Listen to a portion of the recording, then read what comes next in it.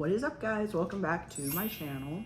Ooh, it's been a hot minute since I've done this. Today I'm going to be presenting to you the findings of my summer project, what I have been calling my BL summer. Those who are unfamiliar with BL, let me explain it to you. BL anime stands for Boys Love Anime, and it's about gay boys doing gay shit most of the time. Something important to understand about BL in general is that it is a genre made by women for women. It's not made by gay authors for gay men to represent the overall gay experience in Japan in these anime. I could go into a whole spiel about the genre in general, but I'll save that for another video for another time. Just know that today we'll be talking about gay boys doing gay shit. And a couple of terms that we're gonna learn today for this video are seme and uke. In Boys Love, a seme is generally gonna be your top or the one who is pursuing their love interest, the more dominant one. And then the uke is kind of the same as a bottom in that they're the one that's being pursued. And they tend to be more submissive or quiet. But each seme and uke are not the same. You're gonna have some variety in personalities, though I wish we had a little bit more, but whatever, that's also for another video for another day. So the criteria that I had going into this project is, one, I refuse to watch BL that has any glorified or fetishized essay in it. That tends to be a problem within Boys Love in general. So anything that had any kind of essay, any kind of sexual harassment that wasn't narratively driven or handled with the gravity that I felt was respectful, I didn't watch. Also keep in mind when I'm talking about these, there are some shows that are categorized under BL that personally I went to and came out disappointed because they just weren't gay enough. Something can be considered Boys Love if the two male characters have a special or close bond, even if it isn't explicitly romantic or sexual. So there's a few examples you'll hear me talk about where I'll have to explain the relationship between the two, even though it's not necessarily romantic or sexual in nature. And with that out of the way, I will be going into a tier list of all of the seme and uke that I rank on a scale of S tier to C tier. So when I'm thinking about ranking these seme and uke, I'm looking at a couple different things, and each role is going to have different criteria for what I'm looking for. A good seme that's going to be in the S or A tier is a consent king. He's always looking for consent. Or a seme who is emotionally intelligent, and ones that aren't emotionally intelligent at least make up for it in being open to work on themselves or change, or at least somewhat relatively interesting. And then for my uke, I'm looking for a character that is narratively and emotionally interesting and not annoying. A lot of annoying uke out there. And I also want to understand narratively why the seme is interested in the uke. Not just because they're in the right place at the right time. Even if I don't necessarily find their qualities interesting, I want to be able to understand, like, oh, okay, this uke is being pursued by the seme for XYZ reasons. So our very first BL up to bat is a very popular one, Given. A very short summary of the show is that it's about gay boys in a band. One of the band members, Mafuyu, is facing a huge source of grief. I'm not going to get into too many specifics in case you're interested in checking it out, but just know that a big part of this story is navigating grief through one of the characters. So our very first seme up to bat is Ritsuka Uenoyama. Uenoyama is an A tier seme, in my opinion, because one, I just am kind of partial to his tsundere nature. I like that in a character in general. But also, his love interest, Mafuyu, is facing a huge source of grief in his life, and Uenoyama meets him in that every time, helps him face that, helps him heal, and is willing to be open with him about where he's at with that. And I think that is a huge sign of emotional intelligence, and I like that in my seme. Our very first uke up to bat is going to be Mafuyu Sato. I have a love-hate relationship with Mafuyu. Mafuyu is very quiet, he's very timid. When you first meet him in the story, he barely talks and he barely communicates. In fact, communication is something that he struggles with for the entire show. Granted, he is facing a lot of grief, and when he does open up, he's very eloquent and expressive, and I like those parts of his character. But oh my god, sometimes I was just staring at the screen going, Boy, you are so stupid. You just so stupid. It's not endearing to me, it's annoying. So unfortunately, I'm gonna have to put Mafuyu in the B tier. Sorry. Next up we have Akihito Saji. Again, love-hate relationship with him.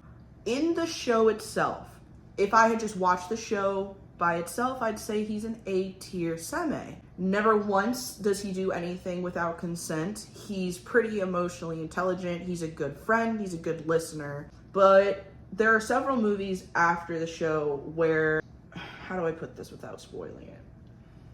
He does something that almost pretty much reaches sexual assault. And the reason I was willing to continue to watch the show is because, one, it doesn't fully happen, and two, the show treats it with the gravity that it deserves. The uke stands up for himself, or at least tries to, and it's something that they navigate within their own relationship, and it's something that Akihito actually recognizes that he needs to work on. So with that, he's got some things to work through, so I put him in a B tier. Next up, our next uke is Haruki Nakayama. I love Nakayama so much. He's my little baby. As an uke, he's got a very unusual personality for one that you would see in an uke. In fact, when I would see him in his like bedroom scenes, I guess you could call them, I did not expect him to be such a subby bottom, and I loved seeing that from him because his personality outside of the bedroom is just so like realistic and normal, and I love seeing that dynamic, that diversity in a personality of an uke, especially. You don't see it a lot in BL, so I give him an A. I love him.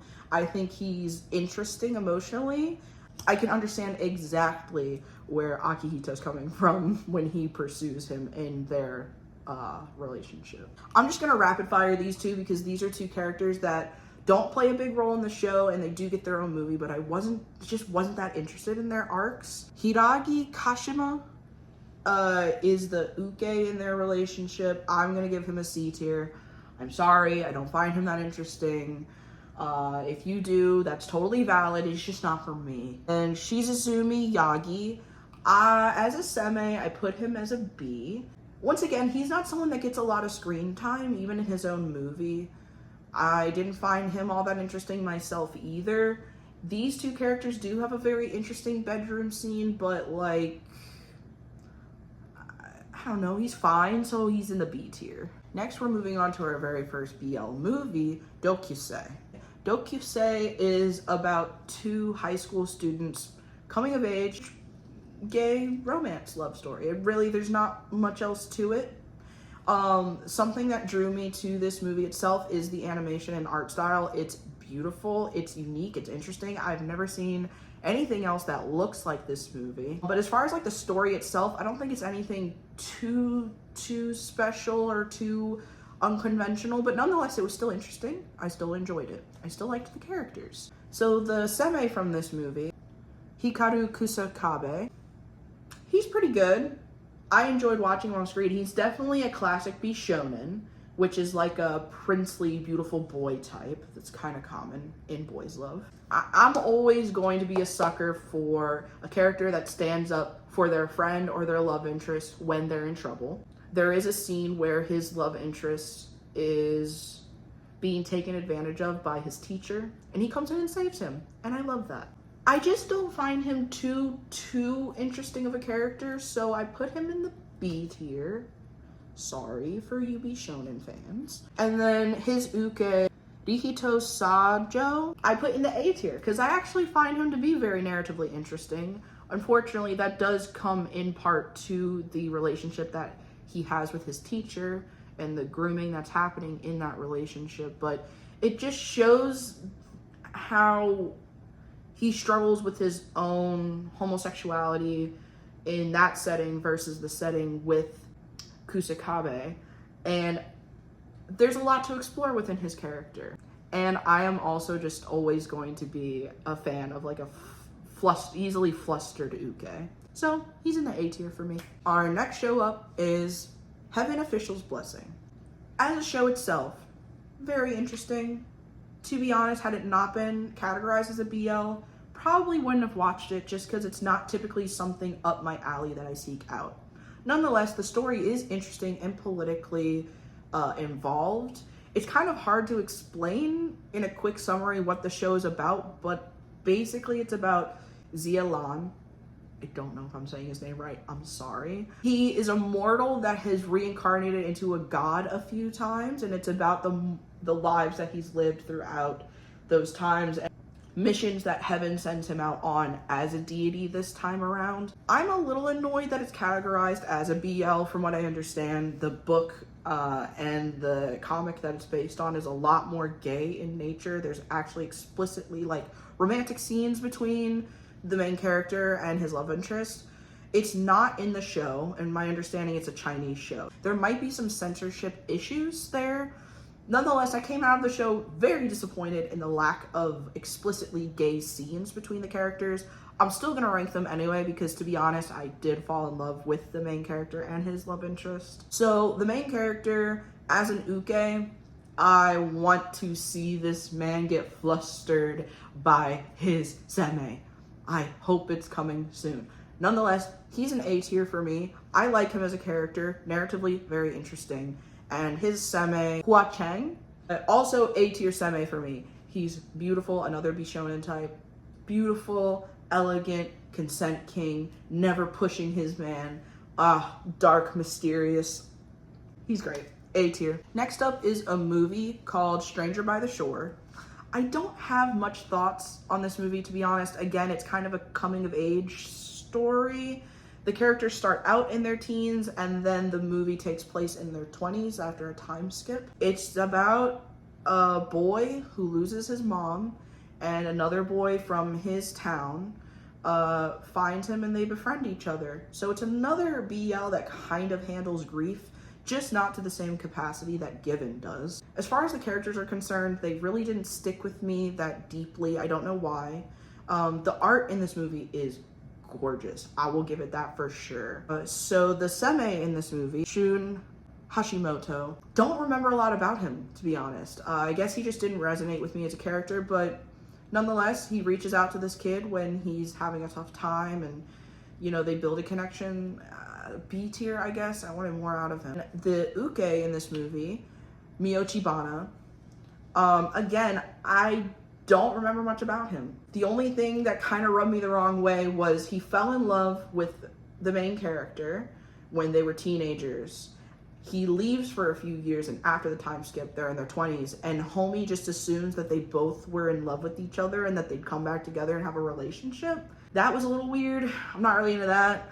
But nonetheless, B tier, I guess. I don't know. I didn't hate this movie, I didn't love it. You know what I mean? So, B tier. Next up is a show called Gakuen Heaven. Gakuen Heaven is an anime that was made in the mid-2000s, and it totally shows in some of the most charming ways possible. It feels like an anime that my friends would have shown me in like middle school or junior high, and that was something that I really latched onto. But as far as like story is concerned, it's not great. It sometimes was so goofy and silly, I felt like I was watching a parody of a BL. So I wasn't sure if the story wanted me to take it seriously or if it was a comedy or a mix of both. It's about Keita Ito. He's an average high school student and he gets invited to a big prestigious school for people who have talents in certain areas. He doesn't know why he's been invited to this school because he has average grades, average skills and everything. And all of the students at this school all have special talents. As much as I liked Keita Ito just because he was an average guy, as an uke, not very interesting. I don't know why all the characters fall in love with him. It's kind of just like oh, he's the main character, so like the guy harem around him falls in love with him, and story never explains to me why, except that he's nice and kind. So I'm gonna give him a C. He just doesn't have much depth for me. Granted, he's not super annoying. I don't super dislike him, but I was just like, I need to understand more why all the characters are getting so attached to him. And the seme in this story, Kazuki Endo, he's good. He's very doting. He's very knightly. He's very chill to his uke. He's very respectful. I like that. There's not much depth to him. I'd like more depth in my seme, so I give him a B. He's pretty good. I liked him. I was rooting for them to get together because he was such a respectful king. So next up is Gravitation. Gravitation was originally 1 or 2 movies that were made in the 90s and then was turned into a TV show in the early 2000s. Again, I latched onto this anime because it just felt like something nostalgic from that era of anime where I was introduced to it. Was it great? It was better than Gakuen Heaven, but it wasn't awesome. Again, I just fell in love with it for like the charm of the style and the era that it came from. It's like so old that the voice acting is that kind of anime voice acting where it's just clear that they hired like local theater actors to voice act. Oh, you're so mean! Why do you hate me now, Noriko? Wait, how long are you going to stay at my place? Somehow I don't remember agreeing to let you live here with me. Come on, this place is as big as the last one. It's okay, right? Besides, you're the one who brought me here, remember? And they put their whole badussi into it. But they're not all great actors. There's just a lot of charm to it that I fell in love with. The main character, Shuichi Shindo, he has there's every reason that the audience should find him annoying. I get that. He's over the top, he's stupid, he's crazy, he makes stupid decisions, he's really clingy. I don't know why I loved him. I don't know. You can get mad at me for this one, but he's an A-tier uke. I just found him really funny and interesting. I do apologize. That one is just totally a sentimental pick. As far as his seme, Eriyuki. When I'm watching anime, I switch between the Japanese dub and English sub sometimes just to compare voices, compare performances. When I would watch this character in Japanese, he was much more tolerable for me. Switching to his English voice acting, I hated him. But I also just hate the decisions that he makes, and I hate how he treats Shuichi. So he's going in the C tier. I'll give him this. He never does anything without Shuichi's consent. So he's not terrible, but like, he sucks. As much as he has every reason to, like he has a tragic backstory, I still just found myself going, man, I hate this guy. So he goes in the C tier.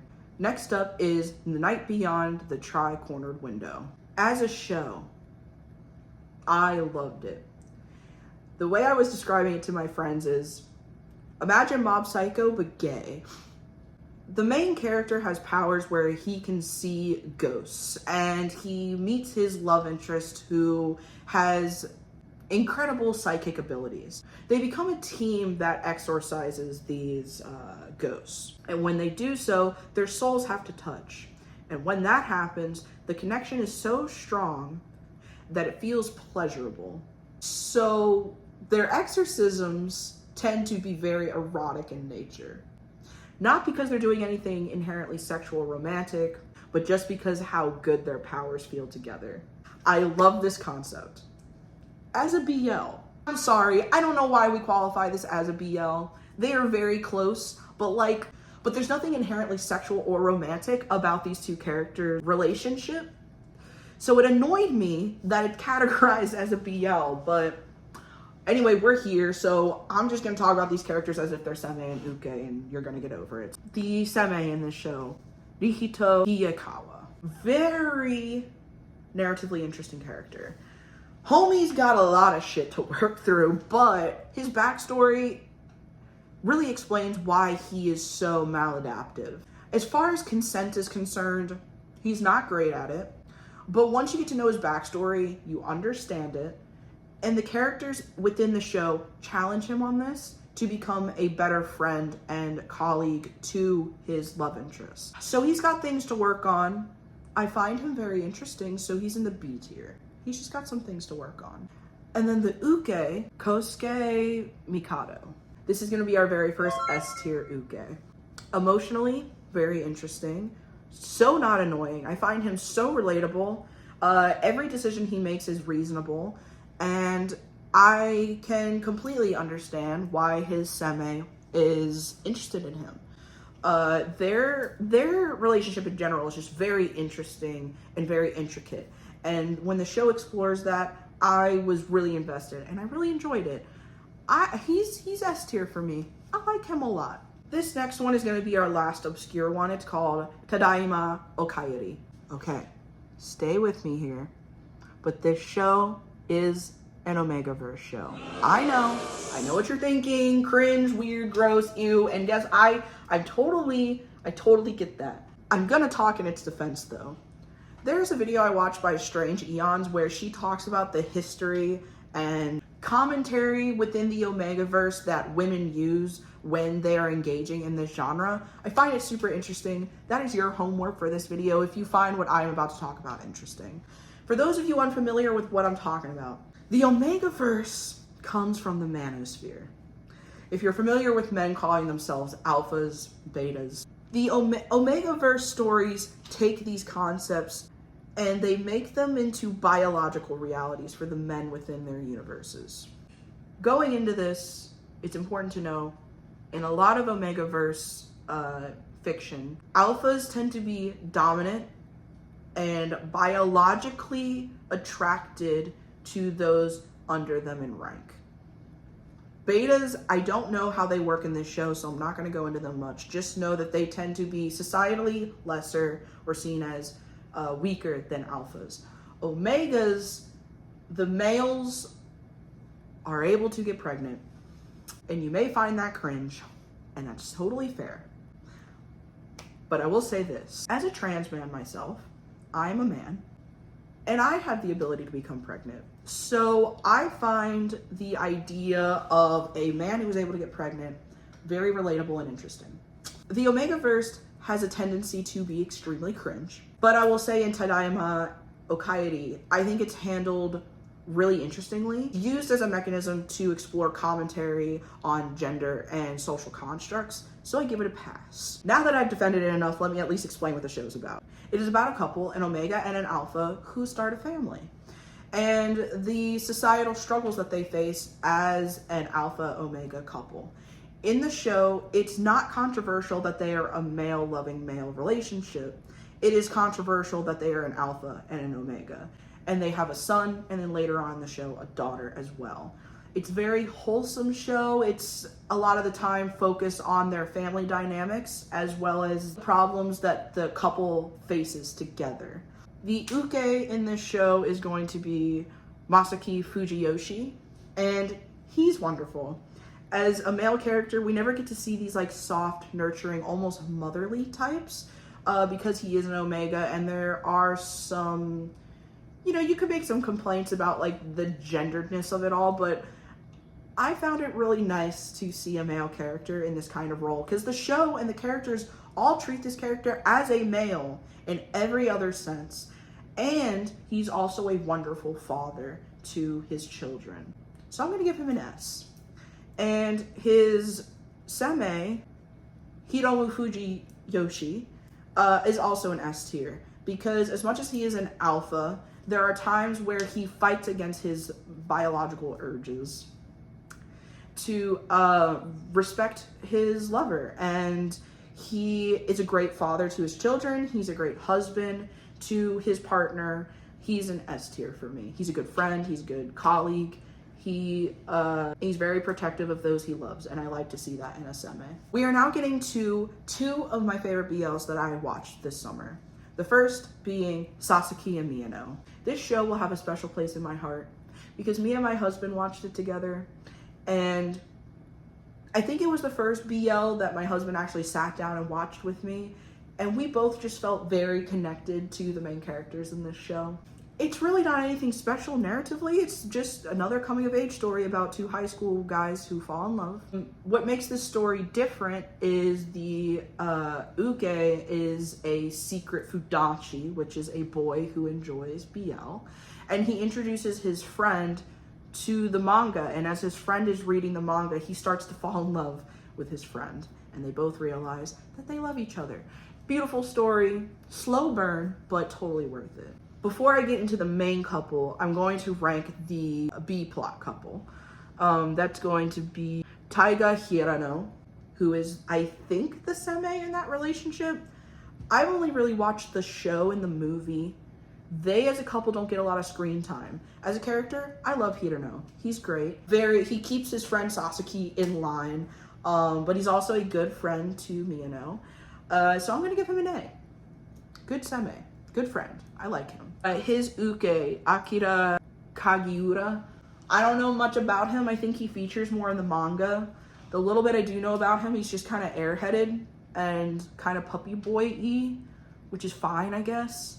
I'm gonna give him a B because I just don't know him that well. And now for the big ones, So, Yoshikazu Miyano, S tier. S tier uke. I think he's great. I relate to him a lot as a character. I love seeing him get flustered. I like seeing him dabble in the idea of being a seme, even though he's totally an uke. He puts a lot of thought into things. He's a good friend, has a good relationship with himself. I like him. He's S tier. And you know I gotta put my boy Sasaki as an S tier seme. There's one thing about Sasaki's character that made me consider whether to put him in A tier. Sasaki falls into the trap of every seme where he is just a little too possessive. There's one scene where Miyano is dressing up as a woman for this cross-dressing contest that his classmates are putting on. BL trope type shit, but Sasaki gets jealous and asks him, hey, can you like not participate in this contest? Weirdly possessive. They're not together. It's a little weird. But when Miyano says, no, I want to participate in this because my classmates have put so much work into it, Sasaki accepts and he doesn't pressure Miyano into not doing it. And that's why, to me, he, despite having possessiveness issues, he is still open to listening and trusting Miyano, and that's what makes him S tier for me. When you watch the show in Japanese, the vocal performance is very conventional for what you would expect out of an anime, especially a BL, and the performances are great. Sasaki's English voice actor gives Sasaki such a depth to an anime character that I have never seen. We're having a snack party since we're all done with exams. Pardon the noise. What should I do? My heart won't stop beating. He has a goofy, kind of dorky delivery, and when he's talking to Miyano, it's very cutesy and sweet, so that when he has these more intense and serious and darker moments, it gives them so much depth because he just locks the fuck in, and you're like, oh, I don't know, there's just something about Sasaki's English performance that is just so wonderful to see in an anime, and I hope that they do more kind of vocal performances with that in anime as they go forward. These two English voice actors for Sasaki and Miyano have such a chemistry that I've never been able to find in any other BL.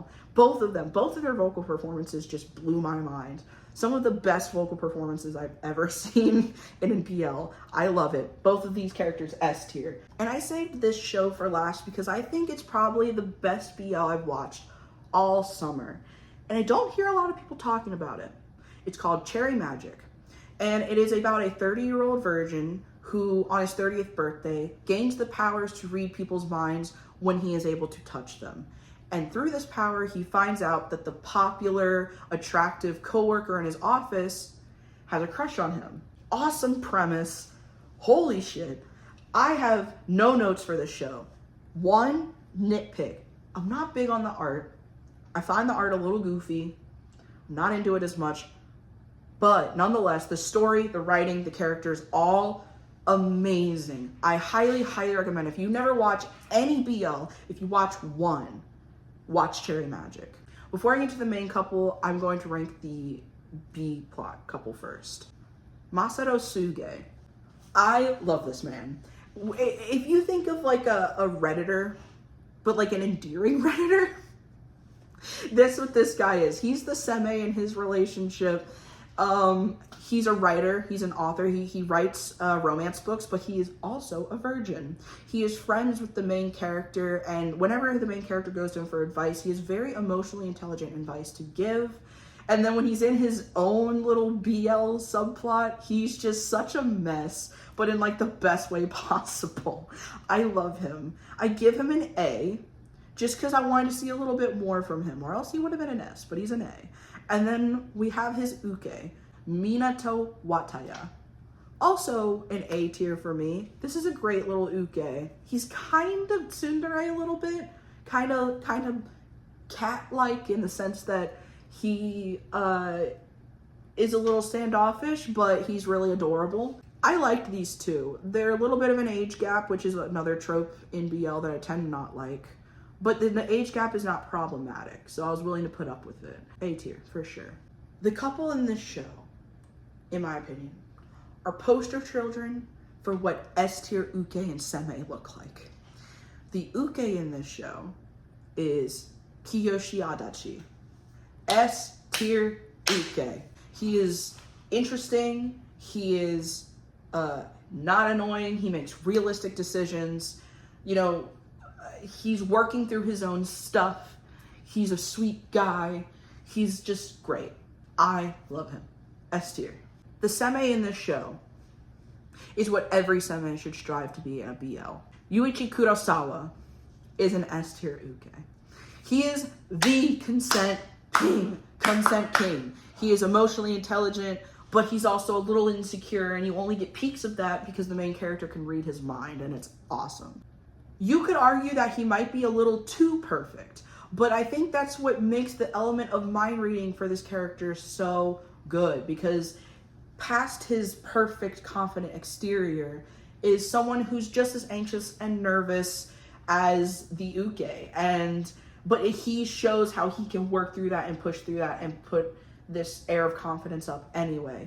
He is awesome. He loves his uke. He is wholesome. He can be a little dirty, nothing that's crazy, but like, I love him. He's a little possessive, not in any way that's problematic. Whew, okay, you made it. You made it through the gauntlet. That is my entire tier list. I hope that if you are a BL fan, you at least could understand where I was coming from. Tell me some of your S tier uke and seme if you want. If you're not as familiar with BL, I hope this video was at least interesting to you. And maybe you've been interested in BL for a while and you want to check it out. Maybe at some point I'll make my own guide to which BL I recommend and which ones I don't. Something I've been struggling with this summer is finding which BL might have SA in it and which don't. And I just kind of have to go in blind and find out. So I've been making my own guide for that, as well as a gayness meter for each one, because some BL you go into and there is nary a kiss, nary a gay thing happening.